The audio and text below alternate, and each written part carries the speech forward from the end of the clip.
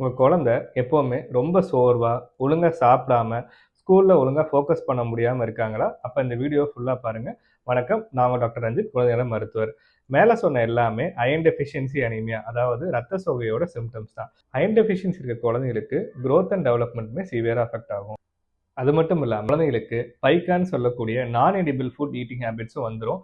So குழந்தைங்க chocolate சாப்பிடுவாங்க, மண் எடுத்து சாப்பிடுவாங்க, அப்புறம் பெயிண்ட்ட உரிச்சு சாப்பிடுவாங்க. ஸோ இதனால பார்த்தோம்னா மைல்டு இன்ஃபெக்ஷன்லேருந்து ஒரு பாய்சனிங் வரைக்கும் கூட வரலாம்.